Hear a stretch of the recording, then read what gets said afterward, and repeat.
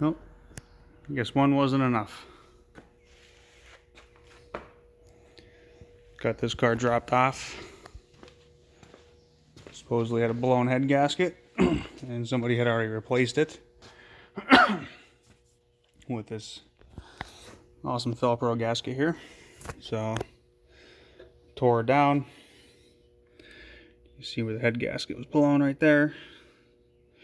Not really a good quality gasket there. So, out with that one. I got this thing all torn apart already. Here's all the stuff, and this car's got some goodies. Bigger intercooler intake. Fuel pump internals, has an access port. So, pulled this thing apart. And let me get the piston back up top. And I'll show you what the problem is with this thing. So, hold on.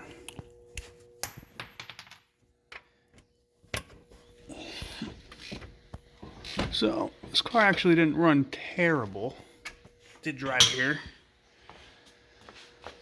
So, started looking and something here don't look right. And that's all the way up. Piston's melted. Looks like it's got a bent connecting rod. Because this piston's not all the way up. Over here on this side. So, definitely got a bent rod. So, this is a flip car. And I was going to take a rod and a piston out of the engine that I'm building for my other car. And I was ready to go with this thing. And found a little issue. So I had the thing cranked down and I was like, well, there's an awful lot of coolant still in the cylinder. So I wiped it down. I don't know if you can see that or not, but there's a crack. Get my light positioned here. There's a crack in the cylinder wall right there. So this is going to be the Mazdaspeed 3 junkyard build because I've only got one extra spare engine and I don't intend on using that for this car.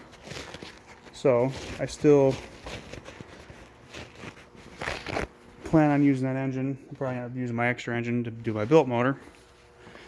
So what I have here is an engine from a CX-7 that I just pulled all 4 pistons out of. My lighting in here is awful over here.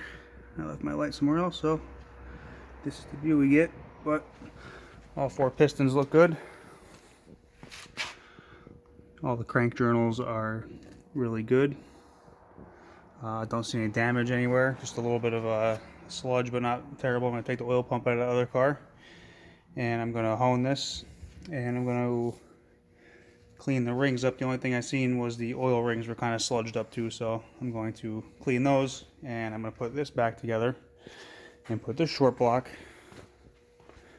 back in here with a fresh head gasket, and we're going to send this thing as cheap as we can. This car also has it's got a downpipe on it, downpipe exhaust. It's a really clean car actually. We also went real cheap on the head gasket on this thing. I'm sure I'll get a bunch of shit for it on the mazdaspeed page when I post it, but this is the head gasket I got from Amazon. It was $20. It's an MLS gasket. So she's got what appears to be about 4 layers. I'm gonna focus there. It's not really focusing, but look at that head gasket.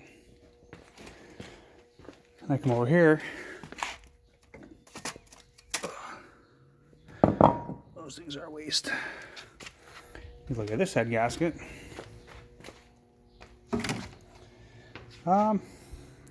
They look to be about the exact same gasket. All the holes are the same size and the same spot as the OEM one. So that's the OEM one. And it seems to be about the same amount of layers. It's got the same coating on it. And I did buy new head bolts. So we're gonna put new head bolts in this, along with the fresh head gasket. And this is gonna be the junkyard build. And we're gonna send it, and hopefully I don't gotta do any retuning, because this car is on a full freak tune map right now. And it has a new downpipe on it. It's got a fairly new turbo on it. It's got a different exhaust manifold on it. Inside of it's pretty clean. The oil's a little kind of milky looking. It was obviously mixing with the coolant and oil. So we are going to hammer down and try to get this car done for the weekend and try to get this thing sold. So stick around. Might be a good one.